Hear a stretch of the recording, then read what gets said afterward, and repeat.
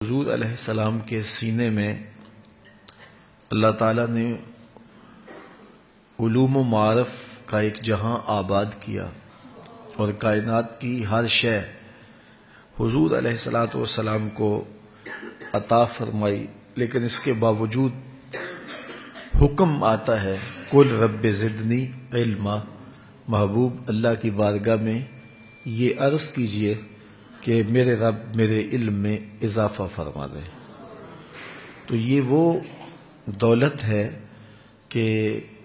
فراوانی کے باوجود بھی اس کی طلب ختم نہیں ہوتی، اور خود امام الانبیاء صلی اللہ علیہ وآلہ وسلم جو کہ عالم الناس ہیں، لیکن اس کے باوجود بھی انہوں نے بھی اللہ کی بارگاہ میں علم کے اضافے کی دعا مانگی۔ تو ہم اگر 4 لفظ پڑھ جاتے ہیں تو ہمیں مطمئن نہیں ہو جانا چاہیے کہ ہمیں کافی کچھ حاصل ہو گیا۔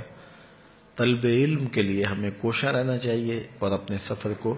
جاری رکھنا چاہیے۔ رسول کریم صلی اللہ علیہ وآلہ وسلم نے ارشاد فرمایا، حسد نہیں کیا جا سکتا، محسود کے کھاتے میں اپنے اعمال منتقل ہو جاتے ہیں، لیکن 2 اشخاص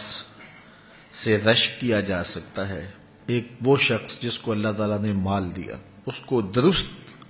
طریقہ سے خرچ کرتا ہے اور راہ حق میں اس مال کو لگاتا ہے، تو ایسے مالدار پر رشک کیا جا سکتا ہے۔ مالدار تو بہت ہے دنیا کے اوپر، لاکھوں کروڑوں لوگ مال و دولت کی فراوانی کے ساتھ بستے ہیں،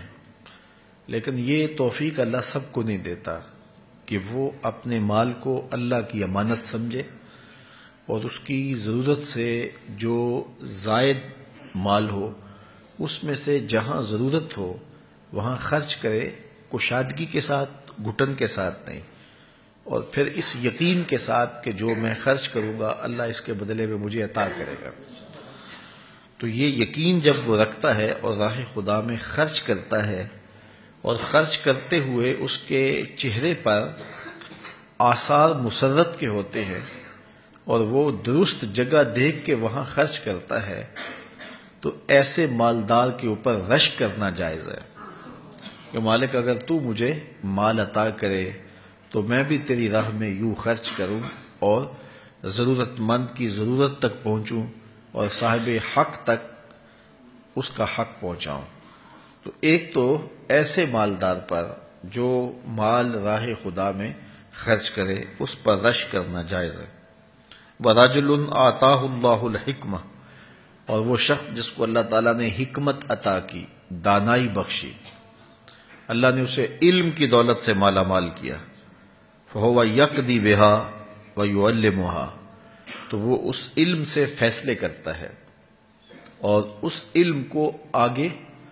پہنچاتا ہے، اس کی تعلیم دیتا ہے، تو معلم ہو یا قاضی ہو،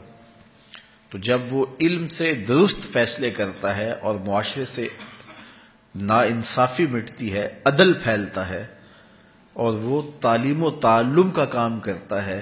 تو ایسے شخص پر رشک کرنا جائز ہے۔ اللہ اکبر۔ تو میں کہتا ہوں کہ اس سے بڑھ کر اور کیا بات ہو کہ میرے اور آپ کے آقا و مولا نے اس بات پہ ناز کرتے ہوئے فرمایا، انما بعثت معلما، میں معلم بنا کر مبعوث کیا گیا ہوں۔ یعنی علم کی اس سے بڑھ کر کیا فضیلت ہو کہ فرمایا کہ میں معلم بنا کر، تعلیم دینے والا بنا کر مبعوث کیا گیا۔ اور اللہ نے اپنے نبی علیہ السلام کی صفتیں بیان کرتے ہوئے کہا کہ یہ ذی شان رسول تشریف لائے، ان کا کام کیا ہے؟ یعلمہم الکتاب والحکمت ویزکیہم، یہ ان کو کتاب و حکمت کی تعلیم دیتے ہیں اور ان کا تزکیہ باطن کرتے ہیں۔ تو تعلیم کتاب یہ ایک بہت بڑی سعادت ہے۔ کتاب و حکمت سے لوگوں کی رہنمائی کرنے کا فریضہ اللہ ہم سب کو ادا کرنے کی توفیق دے، سیکھنے کی اور سکھانے کی توفیق۔